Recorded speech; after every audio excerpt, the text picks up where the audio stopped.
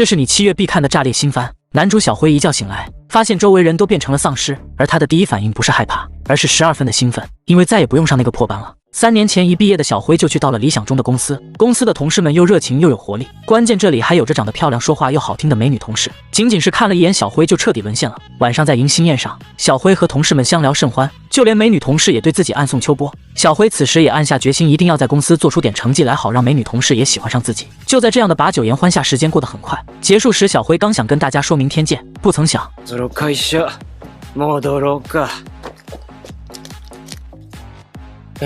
没想到自己第一天上班就被要求加班，一个通宵过后又忙活了一整天，正想着自己到底什么时候才能回去时，隔壁同事却站了起来说要去买宵夜。等再回到家后，已经是2天2夜以后的事情了。第二天一早，满脸肾虚的小辉累得根本不想去上班，可靠着自己强大的洗脑能力，最终还是说服了自己。而公司的员工们也是一个比一个卷，每个月加班没超过200个小时都不好意思拿出来炫耀，只要没尿血就可以继续坚持工作。而胃穿孔也是工作的一部分。就这样，时间来到了第2年，睡在办公室已经成为了家常便饭，而自己已经记不清上次回家是什么时候了。而又有一个老员工扛不住离职了，这也就意味着今晚又要通宵了。就在小辉站在窗边祈祷来的导弹把这里炸飞的时候，美女同事却突然出现在身后，这可让心情极差的小辉瞬间高兴了起来。美女同事叮嘱到一定要按时吃饭，话还没说完就被社长叫走了。不一会里面就传来了打架的声音，留在这个公司的唯一念想也断了。小辉的世界也终于失去了色彩，可每日的工作却让他已经养成了习惯。然而就在这天，末日却在悄然间来临了，但他却没有意识到不同，倒是看到了门上有一张纸，原来他忘记缴停车费了。于是趁着还有时间，他想先去缴费，可也正因如此，这也让他看到了永生难忘的一幕。很明显，自己的到来打断了正在享用早餐的管理员，对方愤怒地追了过来。本就没睡醒的小辉也是一脸懵，本能地跑出门外，却吸引出了更多想要享用早餐的僵尸。一路奔跑之下，小辉觉得自己好像遇到麻烦了，倒是如果再不去上班就要迟到了。可就在他来到天台的一瞬，却没想到一架飞机刚好从他的旁边坠过，也是这时他才发现世界已经成了末日。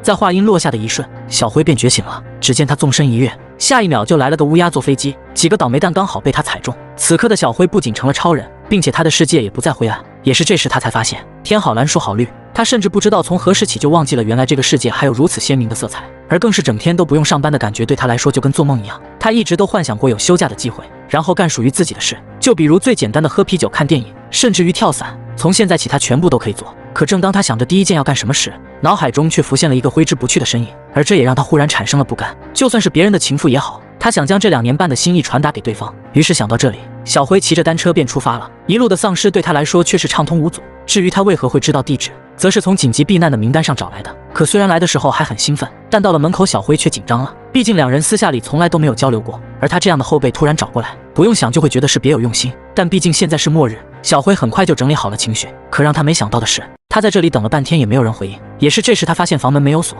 可这一进来不要紧，他却看到了门口还有一双鞋，而抬头一看，更是证实了他的猜测，对方正是公司里的社长，但很显然却变成了丧尸。见此，小辉没有丝毫畏惧，而是突然感觉自己活过来了。以前每天都被工作压得喘不过气，逐渐忘了自己不知该为何而活，但现在他却找回了真正的自我，也终于有勇气说出一直藏在心底的话。再说下去，老板的棺材板都要压不住了。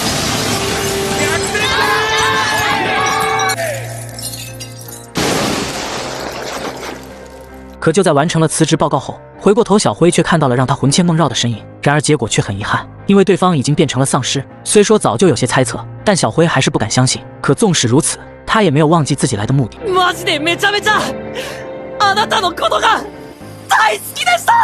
然而就怕空气突然安静，成为丧尸的他显然听不到，但这却让小辉的心愿已了。就这样在无声的告别后，直到晚上他才平复了自我。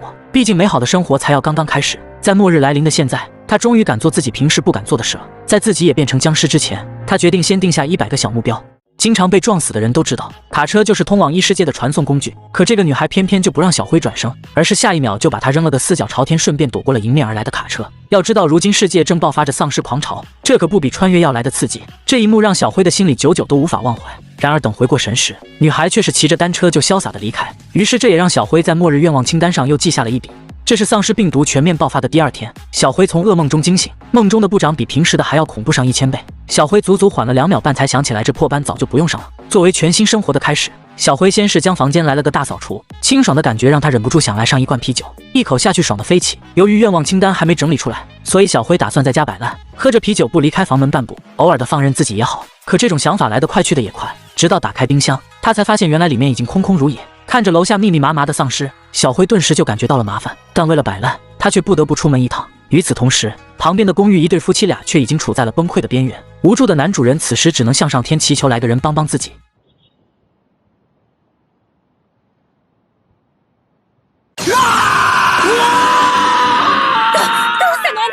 最怕空气突然安静，冷静下来后，夫妻俩这才发现原来是活人。小辉解释楼道里挤满了僵尸，所以才不得已走起了排水管。男主人很是热心肠，他以为小辉正在逃亡，主动邀请对方来自己家里避难。小辉婉拒了过后，便介绍自己就住在隔壁的公寓，以后有什么需要就可以来叫他。此言一出，夫妻俩愣住了。不过明白小辉要去超市后，男主人也让小辉顺便再带点食物。至于妻子，则是想要一些卫生纸。在潇洒的答应后，于是小辉便踏上了旅途。而这一幕也让丧尸都傻眼了，怎么这个食物跑得如此之快？可殊不知下来后，小辉也后悔了。他没想到也只是过了一天的功夫，周围的丧尸就变得这么多了。但是如果今天喝不上第3罐啤酒，那还不如让僵尸把自己吃了呢。就这样没过一会，小辉也顺利的来到了一家超市。就在小辉欢呼着啤酒冲进超市时，可下一秒小辉又懵了。此时他才发现，原来超市里竟然还有一位女孩。想到刚才自己的美妙歌声被对方无意间听了去，小辉立马经历了今天的第2次社死。不过既然难得遇上一个活人，于是他装作无事一样主动搭话。可话还没说完，人已经不见了。小辉还以为自己是被讨厌了，但毕竟如今有一个朋友就是朋友。正当他想问女孩要一下联系方式时，却没想到此言一出就被打断了。女孩倒是讽刺起了小辉，竟然只是为了啤酒就来到街上，一个连评估风险都做不到的人，在他看来也没有结盟的必要。更是如果之后一起行动了，反而还会导致他的生存率降低。原来小辉刚才进来竟还没有把门给带上，但此时明白也为时已晚。小辉毫不犹豫的就挺身上前，正当他打算通过自己来保护女孩时，可就在这关键时刻，小辉却忽然感觉身体一轻。就在他疑惑女孩为何要拉住自己时，这一幕让小辉彻底的心动了。可随着门口的丧尸被扫除，女孩也突然起开了。等小辉反应过来时，他这才发现不仅脚踏车被货车撞坏了，而且刚才的女孩也已经骑车离开，只留下了一个美丽又潇洒的背影。虽说可惜没有要到联系方式，但此时却不是走神的时候。由于失去了代步工具，小辉也不得不跑回去。就在他感觉这样下去不是办法时，却不料看到了旁边就有一辆电动车。毕竟发生末日时是早上的高峰期，所以到处都是插着钥匙的电动车。可这也意味着还能够再升级一下。也是刚想到这里，小辉便发现了一辆哈雷。好家伙，这才是真正的单车变摩托。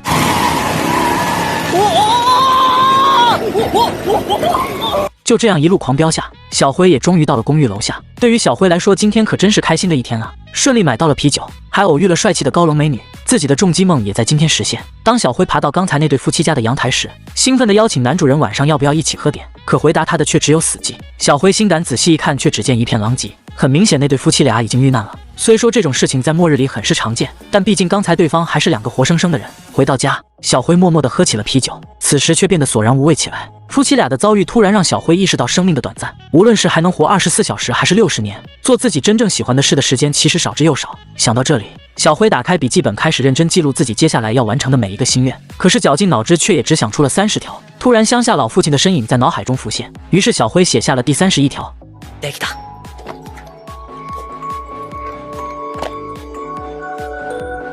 此时女孩也同样写下了末日要做的100件事，但不一样的却是为了生存而准备的。第一，先确保食物与饮水；第2，补充一些可需能源；第3，维持良好的心理状态；第4，则是持续有氧运动以及彻底控制糖分摄取等等。原来女孩是一个末日生存大佬，更是根据僵尸还做出了分类，除了步行和奔跑的类型以外，还有着最值得注意的骑行种。这种似乎就是类似游戏里的精英怪。在感染进一步扩大前，他今天也是为了去超市补充一些物资，可却没想到竟发现了奇葩的小辉。在女孩看来，此人虽然没有风险，但是可能会吸引僵尸过来。而通过提前在外面摆放好的摄像头这么一看，果不其然，僵尸们已经循着味儿找过来了。与这种只注重当下快乐的享受主义者没什么好说的。女孩补充完物资，正打算离开，下一秒却听到了汽车的喇叭声。打开监控画面一看，原来是一辆失控的卡车正狂奔而来。现在要做的就是拖延一下时间，等更多的僵尸的过来再进行下一步。不曾想那个脑子看起来有点不好使的男人却意外上前挡在了女孩身前。多亏女孩一个及时被摔，才没有让卡车把小辉给撞到异世界去。女孩回到家后便立刻开始投入工作，她拿出今天出门所拍摄的视频，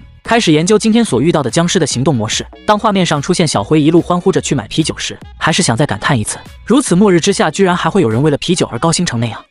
当世界爆发了丧尸危机，这个男人竟然和丧尸关在情侣酒店里。原来他当时是趁着醉酒开的房间，幸亏和这个女人还没在变异前玩起角色扮演，虽然有惊无险躲过一劫，但男人已经被困在酒店里3天3夜，现在不仅没有了食物，而且连水也没有了。然而就在他感到绝望时，小辉的一通电话让他看到活着的希望。原来在几个小时之前，小辉还在家里过着颓废且快乐的生活。终于不用上班的他想留一个帅气的胡子，结果长出来的却是唏嘘的胡渣。为了变得和图片里的人一样帅气，于是他用笔画上络腮胡，殊不知更难看了。不过也算完成了一件想做的事。然而就在这时，手机终于恢复了网络，于是小辉把几个昔日好友都联系了一番。不曾想等了足足2个小时半，却没收到任何回信。回想过去这3年为了上那个破班拒绝了一切社交，现在没人搭理也是自作自受。不过往好处想想，万一他们都已经变成了丧尸，所以才无法回复信息的呢？小辉心里这样想着，手指却无意间滑到了一个熟悉的名字，这是小辉大学时的死党。小辉认为同为橄榄球队的现阳一定不会那么轻易打掉。事实上，深陷情趣酒店的现阳已经到了崩溃的边缘，屋外人头攒动，屋内的女人饥渴万分。没想到自己竟然会嘎在这种地方，殊不知是巧合还是心有灵犀。此时的现阳也想到了小辉，虽然不知道为什么此时他会出现在自己的脑海里，那个家伙总是被自己的烂梗逗得肚子疼。可也是刚想到这里，裤兜里的手机却震动了起来。现阳在疑惑中掏出了手机，可一看来电的号码，顿时就泪流满面。就这样，现阳把地址发给了小辉，得知他危在旦夕，小辉立即骑着哈雷摩托来到他发的位置。在路上，小辉回想起大学时代，他和现阳同甘共苦度过了橄榄球队的4年。现阳不仅长得帅，而且能说会道，也是小辉最知心的好朋友。大学毕业后，现阳成为了知名的房地产销售员。他凭借着天生的社交能力，在工作上顺风顺水，而且还交往到了漂亮的模特女友，简直就是人生赢家。相比之下，当时的小辉只是黑心企业里的工具人，在他看来，现阳所说的一切都只是在炫耀而已。于是当现阳劝小辉辞职时，小辉却并不领情，导致那时2人不欢而散。随着回忆的结束，小辉来到了酒店所在的新宿，但酒店周围全是丧尸。于是小辉想到一个办法，在巧妙的设计下，丧尸们全都被汽车的喇叭声给吸引到。随后潜伏在水池中的小辉，趁着这个机会就从后门溜进了酒店里。另外一边，现阳发现楼道里的所有僵尸全都不见了踪影，正在莫名其妙的时候，却差点被身后突然冒出的身影给吓个半死。然而小辉一见面，却突然大声承认自己的错误。原来他觉得现阳说的没错，那种公司明明早点辞职就好了，但我却没把你的建议听进去，而且自己还非常嫉妒好像过得很快乐的你。就这样叽里呱啦了2分半，现阳彻底无语了。为了说这些，竟冒着危险来这里。眼看小辉还在道歉，现阳却有些惭愧，因为他也有做得不妥的地方。然而他还没说出口，丧尸们又跑了回来，肯定是小辉的嗓门太大的原因。情急之下，2人跑到楼顶，而丧尸紧随其后。虽然小辉拿来很多空调外机来堵住了门口，但迟早会撑不住的。再次陷于绝境的现阳情绪接近崩溃边缘。然而当他问小辉该怎么办时，小辉的回复让他瞠目结舌，只因小辉打算从这里跳到隔壁的大楼。尽管现阳认为这距离根本跳不过去，但他不知道的是，就在丧尸危机爆发的那一刻，小辉已经觉醒了超人类的能力。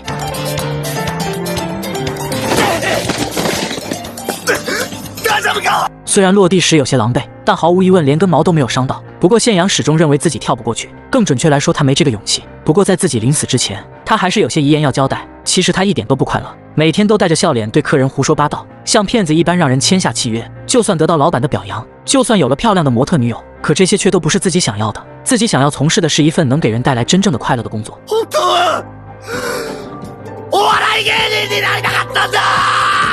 芸人なら腹くくってそんくらい飛んでみせやがれ。最终在小辉的鼓励下，现阳鼓起了勇气，决定放手一搏。然而在跳的过程中，现阳竟把衣服全脱了，引得小辉捧腹大笑。看到现阳一丝不苟的样子，这一刻2人都想起2人的大学时光。可本以为脱光衣服能减少下空气阻力，殊不知现阳差点就掉了下去。就在他坚持不住时，小辉一手抓住了他。不过意外还是发生了。どうしたケンチョ？まさかゾンビに噛まれて？故事的最后，2人都活了下来。当晚在楼顶喝着啤酒促膝长谈，而小辉也完成了一条愿望清单，和好朋友喝酒玩闹到天亮。就这样，2人过上了没羞没臊的生活。无聊时还能听听楼下僵尸们那美妙的歌声。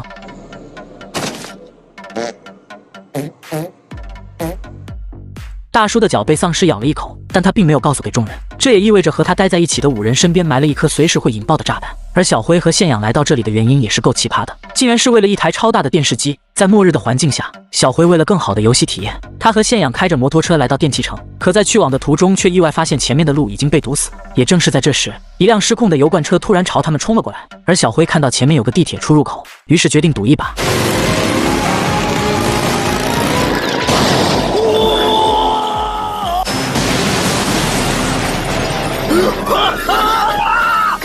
虽然过程有点帅，但现阳已被吓得瑟瑟发抖，好在成功躲过一劫。可就在2人骑着摩托车在地下街里奔驰时，没想到这里的丧尸比地面的还要多，2人只好弃车保帅。刚好看到前面有开着的卷帘门，他们二话不说往里跑。并成功挡住了丧尸。然而就在两人以为可以松一口气时，突然一道强光照了过来，随后映入眼帘的是3个妹子和一个大叔。显然他们几个也经过丧尸的洗礼，不过幸好这里是地下商城，暂时还不用担心吃饭的问题。但在这种环境下，不喝一点的话根本坚持不下去。于是大家喝起酒来，随后各自开始自我介绍着熟悉又陌生的情节。现在这个状况就像是在联谊一样，让两人万万没想到是这3个美女居然是空姐，这也太巧了吧！刚好是小辉的100个愿望清单的其中一个，冥冥之中自有天意。3人刚从洛杉矶飞回日本就遇到这种事，只能说是倒霉。不过对小辉来说是幸运的，没想到这么快就实现和空姐联谊。虽然小辉开心到不行，但外面丧尸的声音更是恐怖到不行，众人都惶恐不安。而小辉不想浪费这么难得的机会，毕竟单身了这么久。总之先找点话题聊聊。于是小辉问旁边的妹子有没有男朋友，可话音刚落，显然这种时候问这种问题甚是尴尬。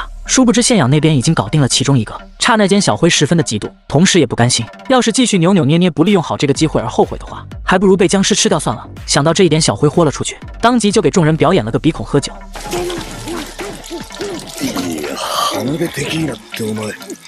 虽然有些憨憨，但让原本沉重的气氛变得轻松起来。在这之后大家都嗨了起来，可小辉刚才有多逞强，现在就有多狼狈。用鼻子来喝酒的他，厕所成为了他的港湾。就在他以为自己绝对会被当成一个恶心的人时，一只手放在他的后背上，原来是大眼妹特意走过来关心他。想到这一点的小辉以为自己的春天要来了。与此同时，现阳好心将喝醉酒的空姐扶到楼上卖家具的地方，另一边的空姐借着酒劲在发牢骚，完全没有意识到危险已经降临，只因大叔已经开始发生了变异。不到一会，大叔彻底变成了一具丧尸。等空姐发现时，为时已晚。随后就传来响彻云霄的惨叫声，被正在健身的现阳给听见。心有余悸的现阳还是决定下楼去看看，结果被眼前的一幕给吓坏了。下一秒，对方像发了疯一样朝两人扑了过来。由于妹子喝醉了没能躲开，结果沦为了食物，而现阳也危在旦夕。还好在千钧一发之际，现阳拿起地下的行李箱，直接给他当头一棒。虽然因此而得救了，但现阳没想到自己有这么一天会用行李箱殴打空姐。也在这时，他发现了大叔不见了。另一边，小辉正在和大眼妹谈心。原来空姐的工作很累的，航班没有规律，各地又有时差，是个体力活，而且要对乘客低三下四。听到小辉在黑心企业工作了3年，所以大眼妹也能明白他的心情。正在俩人交心时，殊不知危险已经来到了身后。大叔突然出现在这里，下一秒他直接扑向大眼妹。情急之下，小辉赶紧走过去拉开大叔，并狠狠给了他一拳。可还是晚了一步，大眼妹的脖子已经被咬伤了。看到这一幕的小辉惊慌失措，而大眼妹却趁着自己还清醒，谈到了刚才他安慰的摸摸小辉后背的事。自己儿时第一次坐飞机时紧张的要死，也是当时的空姐用这种方式安慰了自己。从那时起，做空姐就是自己的梦想工作。随着大叔的逼近，大眼妹用尽最后的力气使劲推了小辉一把。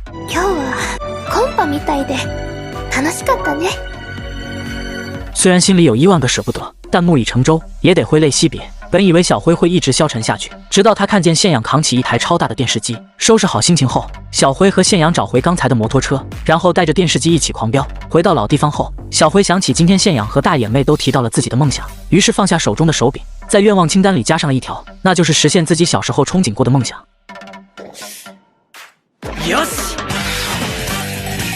当世界爆发丧尸危机，而你又恰好遇到丧尸鲨鱼，此时此刻的你最想做什么？正常人肯定是撒丫子就跑，或是体验一次当丧尸的感觉。但我们的男主小辉脑回路清奇，他不求生也不求死，只想当一回超级英雄。说到底还是骨子里的中二病作祟。回想小时候朋友被人欺负，小辉就化身狗狗侠伸张正义，2个混混也是生怕得了狂犬病直接就溜了。所以丧尸爆发后，小辉也想当一回英雄。好基友现养闻言只觉得他脑子有坑，因为此时部分地区已经隔离成功了，只要逃到偏远区或是山村就安全了。虽然意味着小辉可以回老家见家人，但他还是要坚持当一回超级英雄，毕竟人生只有一次，他不想留下遗憾。而且他也找到了对抗丧尸的办法。为了陪小辉疯一把，现养特意染了一头黄毛后，两人来到水族馆。这里虽然没有被丧尸入侵，却有着一只已经变异的鲨鱼。而两人来此目的是为了一件防鲨服，因为是由不锈钢线编织而成，所以就像是穿了一件覆盖全身的金钟罩铁布衫。听说就连大型鲨鱼都无法将其咬破。与此同时，外界有群人正在逃难，其中还有个小妹妹巧合的摔倒了。就在这危急时刻，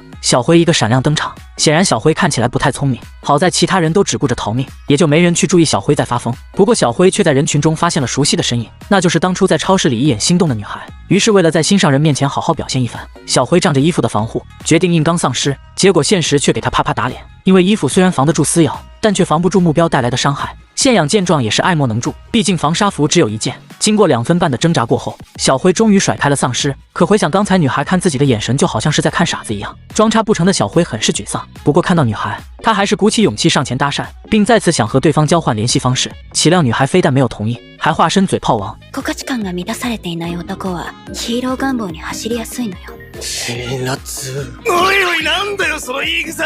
当然，他并不是否认小辉帮人的行为，但小辉为了自我满足而扮演英雄，这种有勇无谋的行为只会让身边之人陷入危险。小辉也意识到女孩说的很对，因为自己想扮演英雄，很可能让现养陷入危险。は個人が語る肩書きではなく、その行動の結果、周囲からなんかすげえ理屈っぽくて小難しいやつだ！正当他思考英雄是什么事，突然传来了一声异响，跑过去一看，只见过道里涌入一滩水，而深处竟亮着一双血红的双眼。大沙币的突然闯入让众人无比惊慌，而小辉则是思考如何应对。如果是英雄的话，应该怎么做？看着变异的小鱼儿，小辉迅速做出反应，现在还是先跑为上。没想到跑到出口却被丧尸堵住了去路，好在女孩记得有一处紧急出口。随着她的指引，所有人都开始朝另一个方向跑去，但其中有个学生妹已经被吓得神志不清。被缠上的女孩想让她冷静点，结果反被她推倒在地。等所有人都跑到出口后，小辉才发现女孩没有跟上。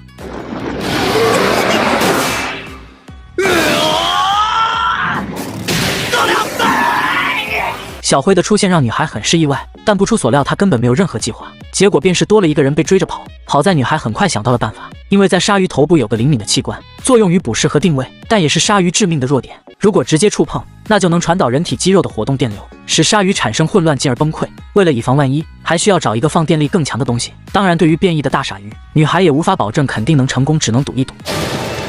知らんけどバリバリさんが最终在2人合力下有惊无险化解了危机。事后小辉默不作声地离开了，现养不由得夸赞他还真像是英雄，做完好事还不留名。到现在小辉已经完成了36件心愿，而女孩也跟随在2人身后。经过刚才的短暂合作，小辉觉得可以趁机交换联系方式，可刚开口又被拒绝了。原来女孩觉得2人的行事作风完全不同，小辉是想着成为丧尸前要做的事，女孩则是想为了不成为丧尸而该做的事。即便不论2人的生活方式，就凭小辉愣头青的性格，女孩觉得和他一起行动的话，早晚会玩完。俺にとってお姉さんはもう大切な人ですから、ヒーローにならなくたってきっと助けてましたよ。没想到简单的2句话，竟撩的女孩变成了蒸汽机。最后在分别时，女孩留下了联系方式，而小辉的下一个心愿便是带好基友一起回老家见父母。如果世界爆发丧尸危机，那么你会去抢过什么物品？小辉零元购了一块900多万的金表，并且还和现养拍了几张炫酷的写真，只因这是他在变成僵尸前的第15个愿望。然而现实问题很快就到了，那就是水塔中的水已经见底，并且由于断电的影响，手机也失去了信号。于是2人决定驾车回到曾经的故乡。那么出发前肯定要准备一件必备品。起初基友以为他说的是帮帮帮，但小辉却表示当然是居家旅行必备的房车。然而就在2人刚到达车店时，之前遇见的靓妹也刚好出现在这里。如果遇到1次2次是巧合，那么遇到3次肯定是上天赐予的缘分。然而还没等小辉邀请的话说完，靓妹却直接表示打面，同时理由也和之前一模一样，那就是和小辉在一起绝对会降低生存率。小辉的心情瞬间一落千丈，但基友却从对方的谈话中找到了突破口，那就是靓妹并没有考过驾照，而这也是所谓的风险点之一。因此他提议倒不如3人一同组团。就这样在2人的死缠烂打下，靓妹最终还是同意了2人的请求。随后3人来到车店内部，看着眼前的景象，几人顿时两眼冒光，而靓妹则是考虑到生存逃亡等综合因素，找到了一台较为适合的车。然而就在此时，小辉他们发现了一台2000多万的豪华房车。これがいい。絶対これ乗りたい。はぁ？对此靓妹却表示华而不实。可就在一转身的瞬间，妹子也看到了自己的梦中情车。何このバリの高級ホテルのようなインテリアは。やだ素敵。刚才的大道理也通通甩到了脑后，不曾想刚刚3人不自觉的争吵引起了僵尸们的注意。由于事态紧急，最终几人还是随便选了个就近的车，随后朝着小辉老家的方向驶去。然而就在此时，靓妹注意到前方道路铺满了钉子，紧接着下一秒，几人的车子突然爆胎，基友直接摔成重伤倒地不起。就在几人一脸懵圈时，面前出现了数个人影，而位于中间的男人竟然是小辉之前黑心公司的主管，这让小辉的思绪瞬间回到了当时每天破的日子，一股恶心的感觉直上心头。但让人意外的是，主管竟然主动伸出援手，并表示可以帮助小辉渡过难关。然而靓妹此时却看穿了一切，主管设下路障的原因不过是为了得到免费劳动力罢了。不曾想主管却并未否认。虽然眼前的女孩长得十分漂亮，但是说话却相当不好听。同时他奉劝女孩看清现实，现如今世界乱成这个样子，法律和秩序早就已经不存在了，设置陷阱已经算是比较友好的了。然而就在小辉蒙圈时，对方表示需要答应他一个条件，那就是必须当他的手下工作2天。此话一出，直接让小辉冷汗直流。而就在几人嘴炮的同时，周围的僵尸们已经闻声而来，再犹豫下去，现养怕是会成为僵尸们的晚餐了。当前的状况已经容不得小辉考虑，于是他便硬着头皮接了下来。然而等到小辉到达目的地时，却发现这里的人都在马不停蹄的工作。虽然在主管看来搬运补给物资、加固栅栏等工作简单又轻松，可看到年轻的女孩还有上了年纪的大叔明显气喘吁吁的样子，小辉很快意识到这是又进了黑心企业了。很快小辉就在烈日下开始了搬运工作。此时的他感觉穿越回了黑奴时代，但是很快他又开始给自己鼓劲。现如今他已经不再是过去那个唯唯诺诺的社畜了。自从僵尸危机爆发以来，他已经是一个能做出任何决定的成年人了。于是下一秒他便有了一个决定。紧接着小辉就搬了一箱啤酒放进冰箱，不多时所有人就都能在大热天喝上一瓶冰爽的啤酒解暑了。然而下一秒主管却出现在身后，质问小辉为什么要多此一举。面对上司的发难，小辉还是做不到正常思考。可也就在这时，几个员工恰好走了过来，看到小辉贴心的举动，几人赞不绝口。其中一人开始质问主管为什么总是让他们喝温乎乎的气泡酒。不曾想下一秒主管就换上一张笑脸，并表示晚上会为小辉几人举办欢迎会，顺便好好犒劳一下大家，并还大言不惭地表示一を尽くしてくれている君たちへの俺からのほんのささやかな感謝の気持ち。可就在几人满意的离去后，小辉却看到了不可置信的一幕。没想到主管甚至利用僵尸干活这种事情都做得出来。对此主管表示那些都是一堆没有意识的零件，而小辉对于他来说也是一样的。お前はお前が思っているよりもずっと無価値だよ。此时另一边靓妹正在负责给现养疗伤，基友把一切过错归咎于她自己，并表示等伤养的差不多就赶紧离开。但靓妹仿佛看穿了一切，她认为对方的真实目的不止如此。男人一拳打掉服务员的酒水，因为他只喝处女倒的酒。看着他那波涛汹涌，男人舔了舔嘴唇。为了拿下美女，男人用大杯子也给她倒满了酒，并且威胁她必须喝掉。女主没有任何办法，只能干了。等喝完之后，她脸上已经泛起了羞红，不过刚好没有酒了。小辉听到呼叫后径直赶去，男人如愿以偿拿到了啤酒，但却是一个空瓶子。他愤怒地砸到了地上，这样愚弄人的操作让男人很不满。他大声呵斥着小辉，这熟悉的谩骂靓妹十分清楚，那就是和他儿时所听到的话语一模一样。他的父亲在年轻时就只身赴美，用短短1代的时间就创立了大企业，而且还撑过了当时的金钱风暴。在女孩心中，父亲就是个连美国人都畏惧的资本家。可她身为这种父亲的女儿，也总是被要求任何事都必须做到完美，就连她最喜欢的唯一一只猫都被父亲用其他理由抓走。她第一个梦想是成为一名医生，但父亲很快就拒绝了她，只因医生是个听别人吩咐的职业，她只想女儿成为吩咐别人的人，所以这一切都得听她的来。虽然女主很清楚眼前这个男人满嘴都是 PUA， 但小辉可不知道，他还以为老板说的都是真理，实际上老板也只是给他洗了脑，想把他当下手使。等第二天，女主3人也到了该离开的时候，可小辉突然不想走了，只因老板洗的脑实在太深。但这种程度对于女主的传销头子老爸来说还是太嫩了，他只对小辉说了4个字：あなた本当はどうしたいの？小辉立马就清醒了过来，老板都差点被气死。然而小辉他们还没走，就有只老六丧尸混进来咬死了一人，现场瞬间失去控制。随着越来越多的人类感染，小辉他们只好爬上车顶来躲避危险。可老板光肥肉就有250斤，根本跑不动。无奈的小辉只好上演了一波英雄救美。为了彻底处理掉丧尸，他让所有货车司机将丧尸围了起来，再拉着肥仔老板一跃而起，用手中的火药引爆了当场的房车，丧尸瞬间全被融化。这般帅气的行为，小辉终于得到了女神的夸奖，老板也在一旁傻笑。然而2分半后他就笑不出来，因为所有部下经过刚刚一幕后都对他失去了信任，纷纷都直呼要把老板给开了。老板也是流出了悔恨的泪水。小辉他们也潇洒地继续上了路。对于小辉迷茫的找工作问题，女主直接跟他讲了2分半。あなたは自分のやりたいことを楽しんで楽しんで楽しみまくればいいのよ。当女性穿上男人的浴服会发生什么？这把阿辉2人看得都立了起来。眼见如此舒服的温泉旁边还有自己女神陪伴，就连大胸肌妹子都还是外国妞，简直不要太爽。然而刚开始他们本是想找个地方叠罗汉，却没想到意外碰见了被包围的幸存者。小辉二话不说穿起了战斗服，他还想当一把超级英雄，可突然车门被打开，里面一个身披红袍的修罗跳了出来。他的实力有多恐怖？仅仅一个拔刀斩2只丧尸就被腰斩，再跃上天空，一记穿心剑直接穿死一大堆。这把女主都看傻了，因为她只用了2分半就斩杀了在场所有的丧尸。从那一身装备来看，小辉简直弱爆了。原来他不是本地人，而是远在外国的德国妞。据他所说，自己因为向往日本的风俗文化，所以特地进厂打了1个月螺丝，终于凑够钱后来到了这个国家。可刚下飞机就遇到了病毒爆发，这遭遇多少有一点惨。黄毛小妞求助小辉帮他一件事，那就是将这一车鱼送到高崎。大家一想到女孩居然会为幸存者送粮食，他们就答应了。然而女孩只是答应了当地一位寿司店老板，只要他将鱼送过去，老板就请他免费吃寿司吃到饱。そうと決まれば急ぐぞ2人とも。刻一刻と魚の鮮度は落ちているんだ。可是高崎的丧尸非常之多，两人刚穿上战斗服准备大战一场，却没想到女主自有妙计，他们用货车将所有丧尸聚集到了一起，万事俱备，只欠小火。可火柴怎么也点不燃，无奈阿辉和女孩只能被迫出战，但是这丧尸也太多了，根本杀不完。就在两人无奈之际，女主站在高处一声令下，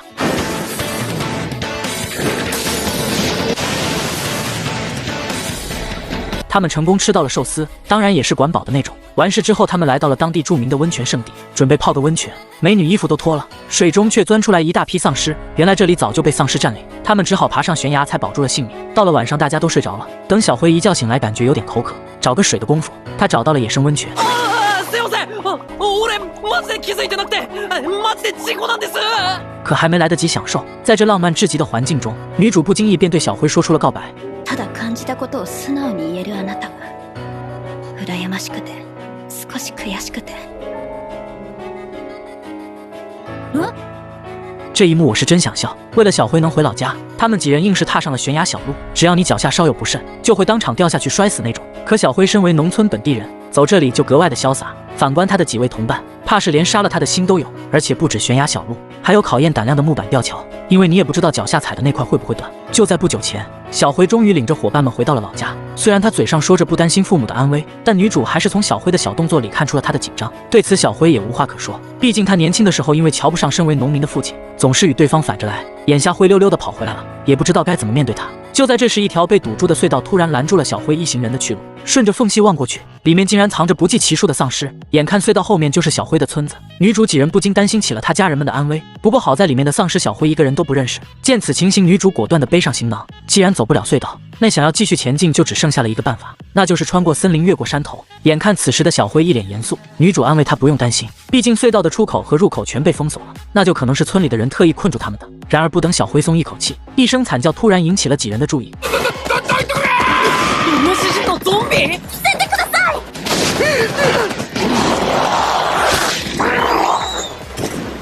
经过老头的解释，小辉知道了他是从城市避难逃到这里的，而眼前的这个树屋就是他的杰作。多亏了他曾经是个木匠，老头才有机会在这里重新拥有一个家。看着小辉炯炯有神的大眼睛，女主几人瞬间有了一种不妙的预感。毕竟小辉的第23条愿望就是建一个木屋，于是他毫不犹豫地选择留下来帮老头干活，哪怕父母生死未卜，他也管不了那么多。有小辉在，别说是木屋，就算建别墅，他都能2分半给你搞定，这还真是悠闲。看到他快乐的模样，老头不禁回想起了自己不久前亲手解决掉的妻儿，而建造这个木屋就是他儿子从小的梦想。听到这番话，小辉直言自己会竭尽全力帮助他的。而在众人的齐心协力下，一个梦幻的木屋终于完成了。而老头的故事也让小辉思念起了父母，于是在告别了对方之后，小辉马不停蹄地带着同伴们踏上了回家的唯一道路。其中陡峭的悬崖和残破的吊桥绝对是黑哥3人永远的噩梦。这路上有多坑我就不多说了，反正他们心情都写在了脸上。这种艰苦条件的小路硬是把女主累成狗。小辉也成功看到了他的老家，可走近一看，大家都感到震惊。这损坏的机器和倒地的稻草人，再加上这里仿佛空无一人，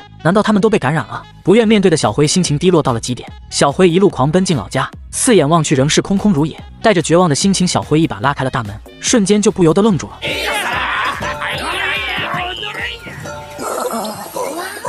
他们家玩的是真花，这还真是尴尬。虽然小辉妈妈认出了他，但父亲眼神则是格外严厉，这让小辉不得不流出了悔恨的泪水。接下来就开始真情告白，先是感谢父亲辛苦工作供自己上大学，接下来感谢老母亲不辞辛苦为自己洗衣做饭，而自己这个白眼狼却总是借口工作太忙而极少回来看望二老。这一别就是整整2年半。这一幕在场所有人都感到了惊讶，可他母亲却是叹了口气，这孩子也太丢人了，大老远回来居然就是为了讲这种屁话。在吃到了小辉老妈的丰盛午餐后，3人来到了野外享受生活，而小辉则是千方百计想要孝顺老妈。可是洗碗这种工作就像是老妈的使命，怎能轻易转手他人？小辉终究还是拗不过他的老妈，于是他将目标转移到了父亲头上，主动前去帮父亲挖了田。但他显然不知道自己父亲已经感染了病毒，活不长久了。而小辉直到现在才知道，孝敬父母真的不是一件容易事。在瞒过了小辉之后，父亲领着他往家里走去。路上，小辉与一个一脸阴郁的男人擦肩而过。虽然父亲解释对方只是城市里的幸存者，但他却总觉得男人很不简单。其实这个男人他也同样曾经是个社畜，但遇到丧尸病毒爆发后，他竟然想把坏事做尽，先去超市偷了几10包香烟，还带领其他几个社畜一起做坏事。巧的是，他也列了个遗愿清单，但和小辉的正能量不同的是，上面写满了黄赌毒相关的坏事。眼镜女想要把自己公司烧了，厚嘴唇则想亲美女亲个够。作为社会边缘的存在，既然世界末日已经近在咫尺，他们决定接下来要好好玩个过瘾。僵尸100%最新异化炸裂来袭，为了满足自己的欲望，反社会分子把僵尸放进村子进行屠杀。只因在大学时期，每次看到小辉那快乐的嘴脸，使得他心里极其难受。身为尼特族的他却连一个朋友都没有。当再次与小辉相遇，内心萌生出一股想亲眼看着他变成僵尸的过程。降临，小辉找到自己的父亲，打算父子俩好好的喝一杯。许久未见的他发现自己父亲老了许多，仔细一看，父亲几乎满头白发，自己一直在外打工，渐渐忽略了家人的身体。一段时间没见，身体也变得瘦小许多，于是下定决心对父亲说道：自从回来村子后，一直都在想，虽然小时候非常向往大城市，回过头发现其实村子里生活也让人非常开心，田地那么大，一个人耕作也非常累，所以他想留下来帮助父亲。闻听此言的父亲觉得缩在村子里有什么用？身为男人就应该怀抱更远大的梦想活着。你知道当人从遥远的宇宙眺望地球的时候会是什么感觉吗？就好比从学校毕业出到社会，亦或者离开了村子去到了大城市，你才会明白至今待在的世界有多么渺小。但同时人类也只不过是这广大宇宙中一个微不足道的存在。说来也不怕你笑，其实自己从小的梦想就是当一名太空人，不过自己智商不太够，一直没能实现。闻听此言的小辉不禁觉得父亲的梦想真牛叉。其实父亲想告诉小辉的是，拿138亿年的宇宙历史来说，80年的人生也不过是0.1秒，所以不要坐在村子这种小地方，要去见识下广阔的世界，甚至要有自己的梦想，并努力朝梦想前进。男人如果没有梦想，那和咸鱼有什么区别？不过话说回来，感觉小辉这个新发型大晚上好像见鬼一样。殊不知这头脏辫也是小辉的愿望之一，也是村子里的3个化妆大师帮他弄的。与此同时，反社会的胖子悄悄拿走汽车钥匙，将隧道里的僵尸全放出来。当小辉发现的时候，村子已经四处起火，大量的僵尸疯狂地涌入，原本平静的村子瞬间被恐惧笼罩其中。另一边发现不对劲的女主连忙让村民躲进屋子里面避难。然而就在这时，2个僵尸突然朝他袭来，危急时刻的猎户们拿着猎枪及时出现，但很可惜敌不寡众，只能先进屋子里避难。眼看一个个都躲在屋子里，真是无趣，于是将手中的炸药点燃，对着村民避难的地方疯狂乱炸。与此同时，抱着小孩的宪一正被僵尸追赶，就在千钧一发之际被拉赶来，把僵尸斩于马下。很快小辉和女主也跑过来，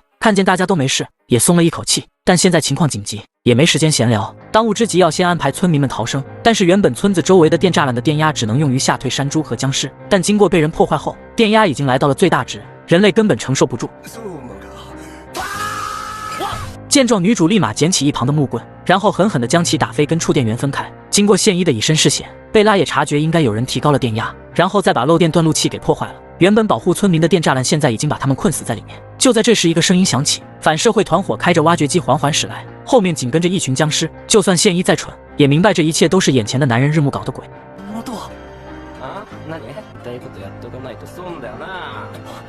看到清单笔记本，小辉有点惊讶，但2人的愿望清单极其相反。小辉是为了完成自己的愿望，而他是为了报复社会完成目标。而第38个愿望正是想要亲眼见证小辉变成僵尸的全过程。宪一不明白小辉和你有什么深仇大恨，不惜将村子化为地狱。日暮生气地说道，从大学时候就一直看小辉很不爽，每天看到小辉无忧无虑享受人生的那副嘴脸，让身为尼特族的他不爽到极点。当僵尸潮爆发后，内心的黑暗也随之爆发。为了享受人生，他在最后的暑假聚集了一群反社会分子，肆无忌惮的破坏。闻听此言的小辉认为人生也只有那么一次，想要享受人生，尽情生活，这一点他非常赞同。但是既然想要主张自己的自由，那么应该也要尊重他人的自由。不过你把夺走村里拼命生活的村民自由当成想做的事，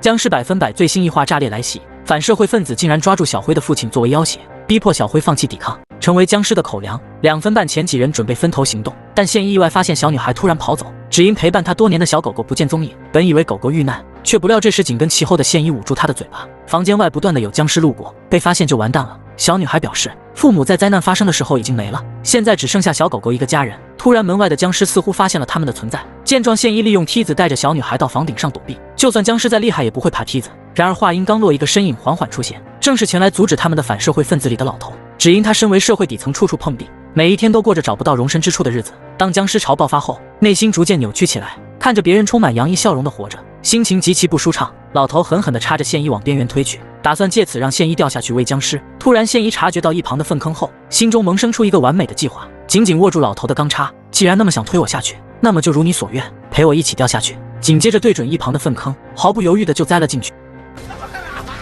眼看现姨如此果断，吓得老头连滚带爬逃离僵尸的包围。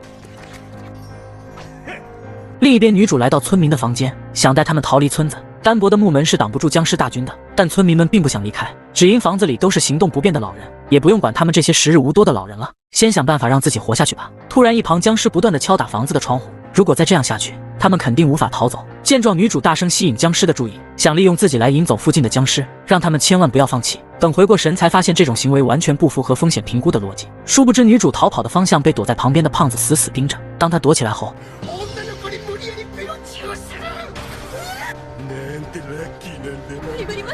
闻听此言的女主撒腿就跑，想想就感觉比僵尸恶心100倍。如果被那肥厚的嘴唇强吻，那么她宁愿被僵尸吃掉算了。与此同时，燕老头也得知，女主为了不让他们被僵尸袭击，只身一人跑去当诱饵。他们这群想好好走路都无法如愿的老头也没办法去救他。闻听此言的燕老头有点生气，以前有发生过什么如愿的事？农地改革导致大规模事业衰退，我们不也是拼命握紧锄头熬过来了吗？就算是一次次遭遇台风、酷暑等自然灾害摧残，但还是咬紧牙关挺了过去，相信以后会更好。所以我们不就活到今天了吗？就在胖子追上女主那一刻，正想对着她为所欲为的时候，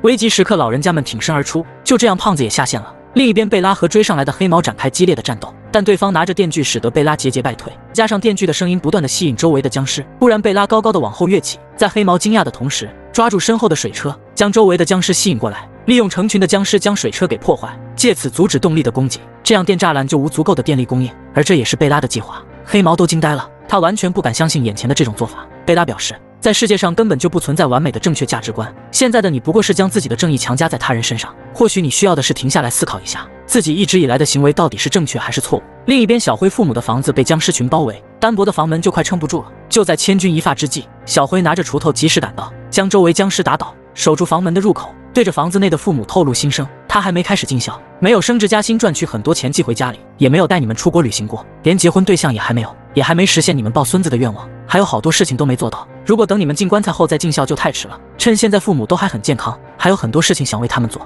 闻听此言的父亲非常感动，拿起一旁的锄头将大门打开，一把将守在门口的小辉拉进屋子里面。如果你说什么都想孝敬父母的话，那么就不能比父母死得更早。眼看僵尸群朝父亲缓缓走来，小辉想出去帮忙，却被父亲给制止。如果打开门后，母亲他们也会有生命危险。干了一辈子农活的，但他什么都不多，唯有一身力气非常大，区区一群僵尸根本不在话下。但可惜身患重症的他还没坚持2分半，一阵疼痛感突然袭来。就在危急时刻，日暮突然将小辉父亲救了下来。小辉不明白身为反派的他为什么会救下他父亲，殊不知日暮一直在想，小辉一直以来运气都非常好，到底要怎么做才能让你变成僵尸？这不机会就送上门来了吗？利用小辉的父亲作为要挟，僵尸100%迎来结局。小辉为了救父亲变成了丧尸，而在众人拯救山庄后，决定前往北海道寻找感染疫苗。让我们往下看。日暮想起了小时候的夏天，那时的他估计是人生巅峰了。到了高中后，人却开始变得内向，不主动的他感觉被世界孤立。就这样度过了高中3年。为了改变，上了大学后开始慢慢与人沟通，参加了很多户外活动。到最后，他还是没能交到了解自己的好友。这时他看到了小辉等人，他们总是一群人在一起，看起来非常开心，这让日暮很羡慕。明明自己和他差不多，为什么他能这么无忧无虑？对此他非常气愤，也从此痛恨小辉这种人。时间回到现在，日暮让小辉赶快出来，否则就让你变成不孝子。就在小辉正在想办法时，父亲却让他千万别出来，这样会让母亲身陷险境。如果打开这门的话，自己就和他断绝父子关系。随后父亲告诉小辉自己也没多久可以活了，母亲告诉他父亲身体长了个不好的东西，再加上现在丧尸爆发，没有药物根本就治不好的。小辉却表示不认同，要是自己出去找找的话，应该能找到有效的药，而且后面也会有人发明出打败丧尸的疫苗，所以别说这种不行的话，自己还没当大孝子。父亲告诉他，就算他死了，你也可以当大孝子，他会在天上好好看着小辉的行为，只要小辉堂堂正正的当个人，这就是他身为人父最骄傲的事。眼看小辉不出来，日暮正打算送他父亲下去时，下一秒门却开了。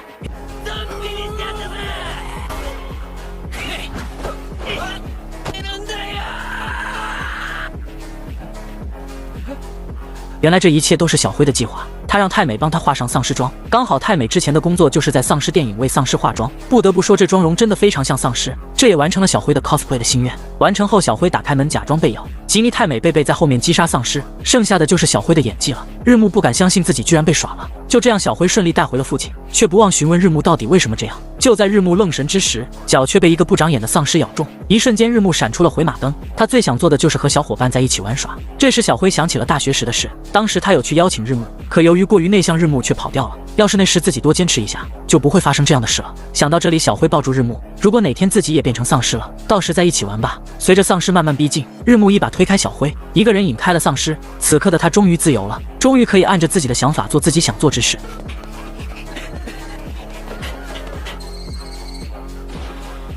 随后，小辉带着家人来到集合点，现一凑近看，才看到小辉的丧尸妆容，被吓一跳。女主也带着村民赶来，这时丧尸已经慢慢逼近，但是那么多老人，村民不太好翻越围栏。这时贝拉尔踩着水轮过来了，让他们闪开，由自己来开路。小辉让大家离远点，但是可想到意外却又发生了。原来唯一的逃生出路吊桥已经被破坏了，这样的话他们根本跑不出去。就在这时，一张临时桥飞来，熊爷来救场了。熊爷表示有自己在，你们一定会没事的。眼看时间不多，小辉和现一撑住桥，让大伙先过去。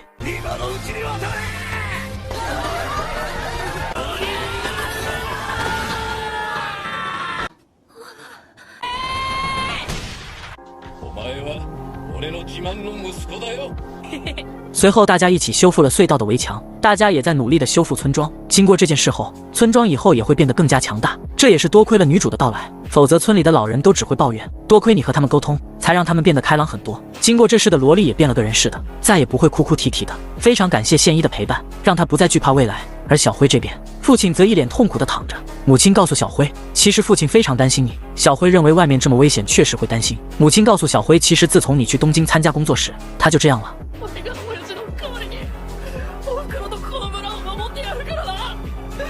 可随后母亲却告诉小辉，父亲得的是痔疮。此言一出，震惊小辉10000年。原来之前因为父亲一直讨厌去医院，所以就没处理，现在开始恶化了，这让小辉放心了。想起父亲之前和他说的话，他想离开村子去外面走走，他想去找出解决丧尸病毒的办法，顺便环岛旅游，然后治好父亲的痔疮。父亲这时也醒了过来，他赞同小辉的想法，让小辉放心去吧。小辉写下了新的心愿，让老爸做痔疮手术，随后问众人还有没有新的心愿。现一的心愿是让像萝莉一样心情不好的人都被自己逗开心，女主的心愿是成为医生，贝拉的心愿是杀光丧尸，让街道恢复美丽风景。就这样，大家越说越嗨，看来今后会很忙呢。在修复完村庄后，小辉等人也终于要出发了，众人都在各自道别，爷爷表示会等女主回来。而萝莉这边因为现一要离开，已经哭成泪人，贝拉要让她勇敢点，女孩这才破涕为笑，并表示下次还要看变态哥哥跳粪坑。小辉这边拿着满满母亲的爱，表示太多了，母亲则让他路上一定要照顾好自己。就这样，小辉等人终于要暂别这个充满爱的山庄了。至此，僵尸100%第1季到此结束。